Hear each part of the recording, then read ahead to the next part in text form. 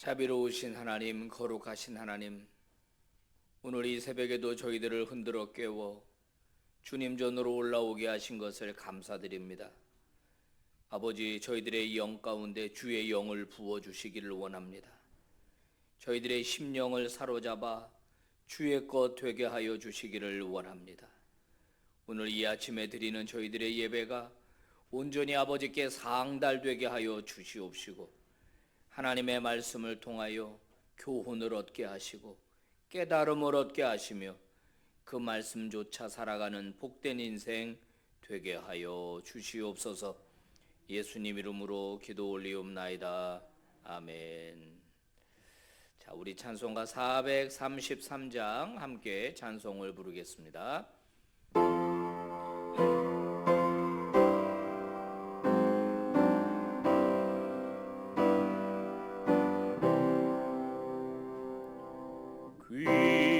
귀하신 주여 날 붙드사 주께로 날마다 더 가까이 저 하늘나라 나 올라가 우주의 품 안에 들어앉기요 영생의 복 받기 원합니다.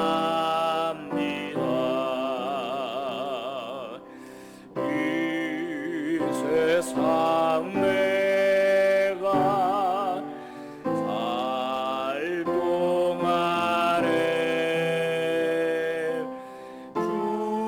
주께로 날마다 더 가까이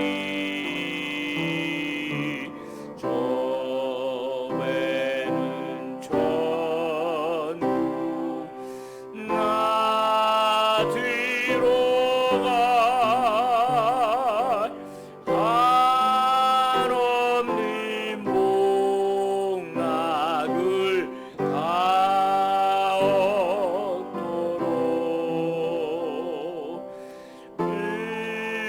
풍성한 은혜를 주옵소서.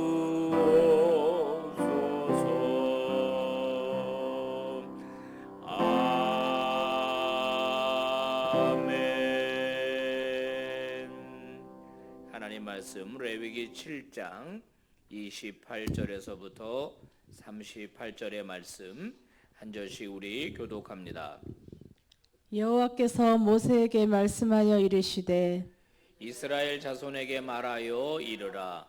화목 제물을 여호와께 드리려는 자는 그 화목 제물 중에서 그의 예물을 여호와께 가져오되 여호와의 화제물은 그 사람이 자기 손으로 가져올지니 곧 그 제물의 기름과 가슴을 가져올 것이요 제사장은 그 가슴을 여호와 앞에 흔들어 요제를 삼고 그 기름은 제단 위에서 불사를 것이며 가슴은 아론과 그의 자손에게 돌릴 것이며 또 너희는 그 화목 제물의 오른쪽 뒷다리를 제사장에게 주어 거제를 삼을지니 아론의 자손 중에서 화제물의 피와 기름을 드리는 자는 그 오른쪽 뒷다리를 자기의 소득으로 삼을 것이니라.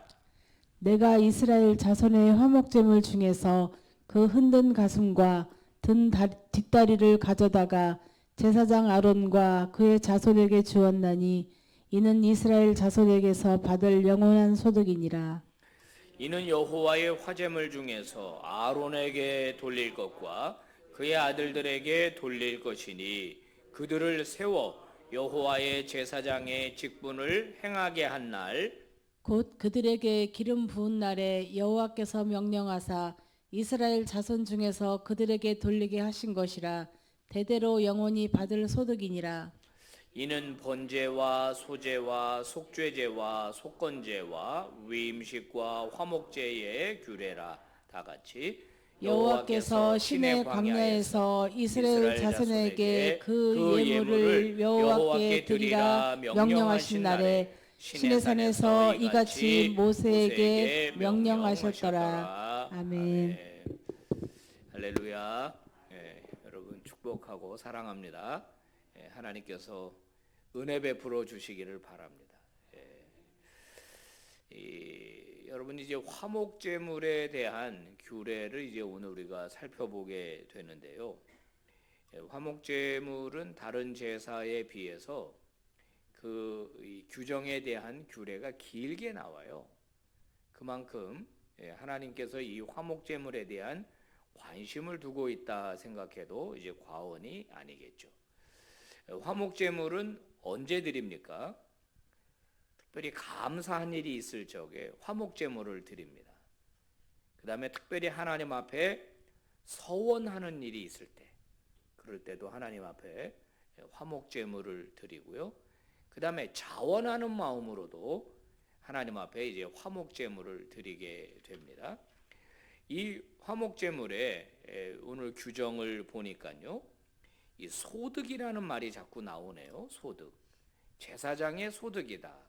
제사장의 소득이다. 이렇게 말하죠. 뭐가 제사장의 소득이냐? 가슴 부분하고 오른쪽 뒷다리가 제사장의 소득이라는 거예요. 왜 오른쪽 뒷다리였을까? 그건 잘 모르겠습니다. 왼쪽 뒷다리도 있는데, 앞다리도 있는데, 오른쪽 뒷다리가 제일 맛있는지 모르겠습니다. 하여튼간 그거를 제사장의 소득으로 주어라, 그렇게 말하고 있는 겁니다. 백성들이 이제 화목제물을 드리게 되면은 제사장 혼자가 아니잖아요. 제사장은 이제 아론과 그의 아들들과 그의 후손들로 쭉 이어지잖아요. 그러니까 이 제사장은 월급이 없는 거예요. 사례비가. 오른쪽 뒷다리가 사례비고 가슴이 사례비가 되는 겁니다. 무슨 이야기를 제가 하고 싶으냐면 제사장의 삶과 백성들의 제사가 밀접하게 연결이 되어 있는 겁니다. 화목제물을 드리지 않으면 좀 과장해서 제사장 굶어 죽어요. 제사장의 가족들은 다 굶어 죽습니다. 물론 이제 유교병을 드리는 거, 그것도 이제 제사장들이 다 먹도록 그렇게 되어 있거든요. 그러면 제사장이 굶어 죽으면 어떤 일이 벌어집니까? 극단적인 얘기입니다. 제사를 드릴 수가 없죠. 그죠? 그러면 백성들은 죄를 사함받을 길이 없는 겁니다. 그러면 결국은 제사장만 죽는 게 아니라 백성 전체가 다 죽는 거예요. 제사장과 이스라엘 백성은 긴밀하게 연결이 되어 있습니다. 그러니까 제사를 드리는 사람 입장에서는 내가 오늘 제사장들 먹이러 간다 이런 생각해서는 안 되는 거죠. 그렇지 않겠습니까?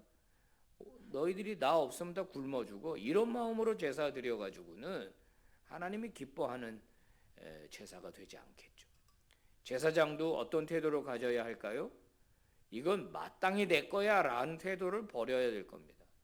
당신이 하나님 앞에 감사의 제사를 드리니 나도 우리 가족도 함께 먹고 산다, 이런 생각을 가져야 되지 않을까요? 그죠? 여러분 지금 목회자의 이중직 제도에 대한 논란이 좀 있습니다.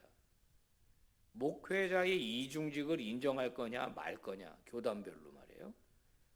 여러분 이런 거를 논의한 적이 없었습니다.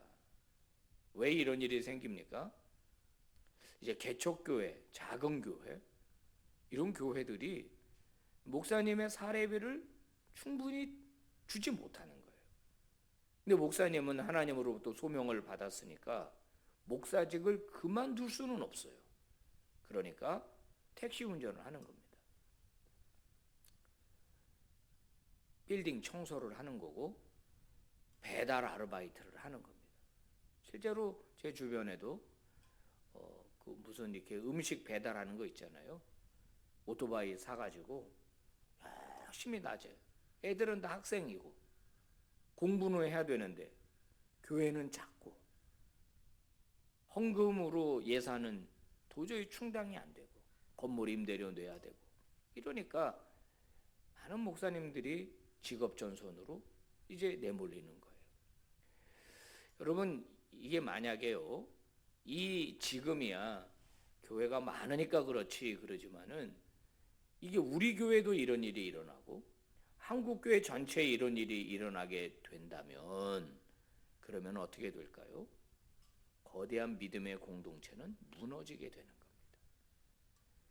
목회자와 성도들은 한 운명 공동체예요.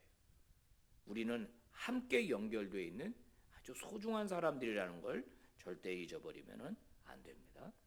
두 번째는 이 화목제물이 우리에게 주는 교훈이 성도와 성도끼리의 공동체성입니다. 자, 다른 것들은 다 하나님 앞에 불태우게 되어 있지만은 화목제물은 제사를 드린 다음에 함께 먹도록 그렇게 되어 있습니다. 제가 몇 번 말씀을 드렸지만은 소 한 마리를 내가 부자예요. 그리고 내 기쁜 마음으로 소 한 마리를 제물로 가지고 왔어요. 그래서 여호와 앞에 잡아가지고 화목제물을 드린단 말이에요. 그러면 가슴팍과 오른쪽 뒷다리를 제사장에게 기쁨으로 드렸어요. 나머지는 빨리 먹어야 되잖아요. 그날에 다 먹든지 그 다음 날까지 어떤 제사에 대해서는 그 다음 날까지 돼 있지만은 그 다음 날까지 남겨두면은 이거는 이 제사가 무효가 된다 그랬거든요. 그러면 소 한 마리를 먹으려면 어떻게 해야 돼요? 많이 불러 모아야 돼요. 동네 잔치 해야 됩니다. 그러면 그날 그 화목 제사에 초대된 사람 중에는 가난한 사람도 있는 거예요. 함께 먹는 겁니다. 함께 먹으면서 하나가 되고 서로 공동체를 확인하는 거죠. 뭐 경주 최씨 부자에 대한 일화가 많은데요. 뭐 장례가 나거나 무슨 잔치가 나면 일부러 그저 가마솥을 걸어가지고 며칠장 한다면서요. 온 동네 사람들 다 먹이고 길 가는 사람까지도 다 먹이고 그 집 때문에 마을이 먹고 산다는 거 아니에요? 이게 뭡니까? 공동체성이라는 거예요. 공동체성. 제가 예배 드릴 때마다 좌우에 계신 분하고 인사하십시오. 새벽에는 제가 안 시킵니다. 왜냐하면은 여러분들이 이 눈썹 그릴 시간도 많이 없고 뭐 이럴까봐 제가 이제 새벽에는 서로 민망할까봐 안 시키지만은 모든 예배 때마다 하는 게 왜 그렇습니까? 그게 이제 공동체성 때문에 그러는 거예요. 여러분 예배당에 와가지고 예수 믿는 사람이고 한 교회 식구인데도 낯선 사람으로 남아 있다는 것을 어떻게 생각하십니까? 아유 목사님 자꾸 좀 시키지 마세요. 쑥스러워요. 아유 민망한데 왜 자꾸 모르는 사람이랑 인사하라 그러세요? 모르는 사람이 아니라니까요. 그분은 우리의 공동체라니까. 그죠? 그러니까 어떻게 해야 돼요? 빨리 아는 사람이 돼야 되고 친한 사람이 돼야 돼요. 그리고 특별히 어려운 일이 있을 때 함께 기도해 줘야 되고 같이 눈물 흘려줘야 되고 맛있는 거 있으면 서로 좀 나눠 먹어야 되고 그게 필요한 거 아니겠어요? 그래야 그게 공동체죠. 화목제물이 오늘 그것을 우리에게 가르쳐주고 있는 거예요. 화목제물이 주는 교훈 세 번째입니다. 가장 소중한 걸 하나님께 드리라는 거예요. 여기 보면은 그 하나님께 드리는 게 뭐죠? 기름이잖아요. 기름. 주로 기름을 쫙 구별해가지고 그것만 하나님께 불살라 드리잖아요. 오늘날의 기준으로 본다면 기름 안 먹잖아요. 콜레스테롤이 올라가는데 누가 기름을 먹어요? 그랬더니 이거를 어떤 분이 설교를 할 때 오늘날의 기준으로 생각을 하더라고. 기름을. 그래가지고 뭐 진짜 하나님께서 살코기가 싫어서 기름만 달라고 한 게 아니다. 뭐 이런 얘기를 하신 너희 먹으라고 그렇게 하신 거다 이렇게 설교를 하시던데 물론 그런 해석도 가능합니다만은 여러분 고대 사회에서의 짐승의 기름은요 굉장히 소중한 거였습니다. 그게요 일단 그 비누 있잖아요. 비누를 처음 개발한 게 이 유지방을 재와 함께 섞었을 때 빨래가 잘 된다는 걸 알았어요.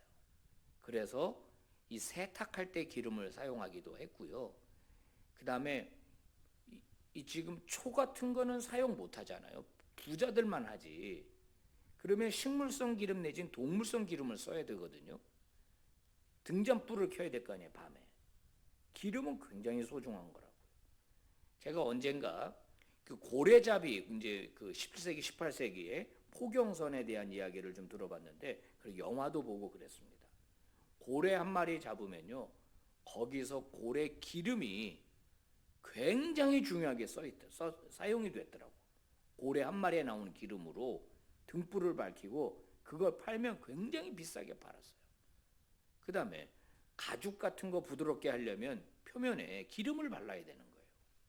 그 다음에 이제 농기구 같은 거, 수레 같은 거 바퀴가 잘 돌아가게 하려면 거기도 기름을 발라야 되는 거죠. 그뿐만이 아니죠. 화장품 원료도 사용이 되는 게 기름이고요. 그리고 지금이야 너무 잘 먹어서 우리가 콜레스테롤 약을 먹고 살지만은 저는 지금도 기억난다니까요. 그래도 제가 약간 옛날 사람이라 어릴 때 진짜 밥하고 김치밖에 없었어요. 그러니까 해주는 게 뭐냐면 그 뜨거운 밥에 마가린 한 숟가락이랑 계란 하나랑 간장으로 비벼 먹었던 생각이 난다. 그래야 기름을 좀 섭취를 해가지고 사람이 좀 살지. 그래서 이 짐승의 이 기름은 굉장히 소중한 것이고 값어치가 있는 것이었다.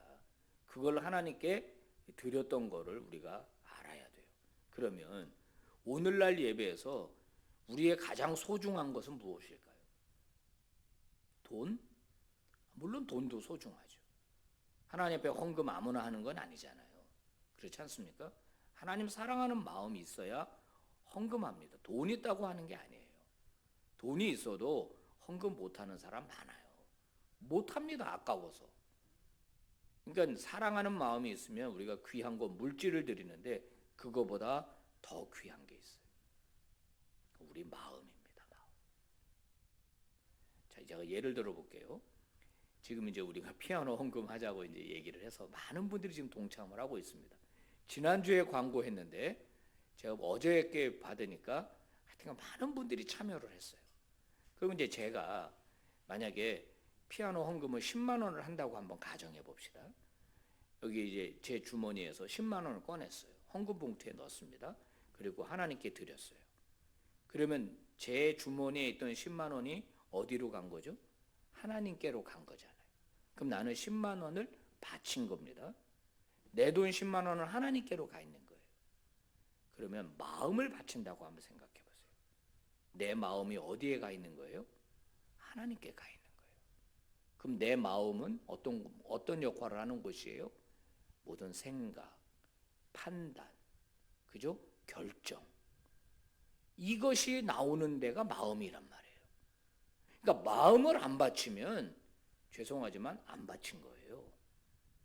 우리가 예배 때마다 내 마음을 드려라, 내 몸과 내 마음을 드려라고 할 때 몸도 여기 와야 되지만 우리 영상으로 예배하는 분들 마찬가지입니다.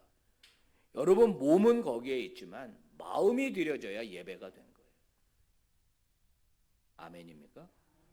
아멘이죠. 내 마음은 안 드렸어. 여전히 내 마음은 내 거야. 하나님 앞에 바쳐진 적이 없어, 내 마음이. 그러면 그것이 사도 바울이 말한 대로 거룩한 산제물이 되겠느냐는 거예요. 여러분 이걸 깊이 생각해야 됩니다. 너의 마음을 주께 드려라. 그래서 우리의 원망도, 우리의 슬픔도, 또 우리의 모든 것도, 바램도 우리의 마음을 하나님께로 올려드리는 믿음의 종도 되시기를 축복합니다.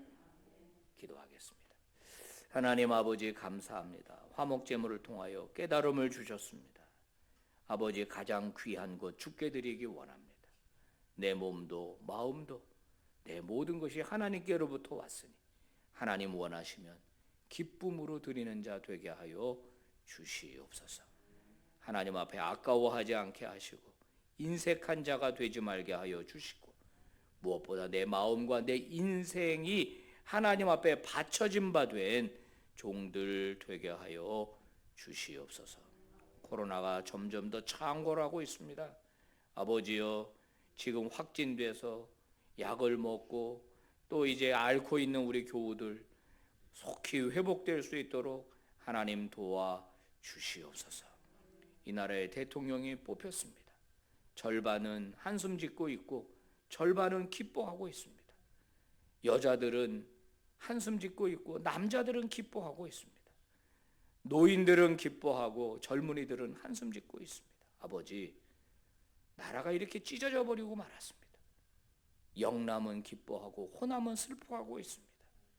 어쩌다가 이렇게 됐습니까? 이 작은 땅덩어리가, 이 작은 나라가 어떻게 이렇게 갈기갈기 찢겨져 있습니까? 하나님 아버지, 정말 하나님께서 세우셨다고 믿고 싶습니다. 국민 통합을 이루는 대통령 되게 하여 주시옵시고, 하나 만드는 정부 만들도록 하나님 역사해 주시옵소서. 우리 그리스도인들이 분열에 앞장서는 자 되지 말게 하시고 화합에 앞장서는 성도들 되게 하시고 그런 교회가 되게 하여 주시옵소서. 우크라이나의 전쟁을 하나님 보고 계십니다. 더 이상 눈물 흘리는 자가 없게 하여 주옵소서. 죽어가는 자들이 없게 하여 주옵소서. 인간의 탐욕이 만든 결과가 얼마나 처참한 것을 우리 두 눈으로 확인하고, 아버지, 우리 민족에도 평화를 허락해 주시옵소서. 오늘 하루의 삶을 아버지께 의탁합니다. 주장하여 주옵소서. 예수 그리스도의 이름으로 기도 올리옵나이다. 아멘. 예배 마칩니다. 여러분 자유롭게 기도하십시오. 그리고 은혜 중에 돌아가시기 바랍니다.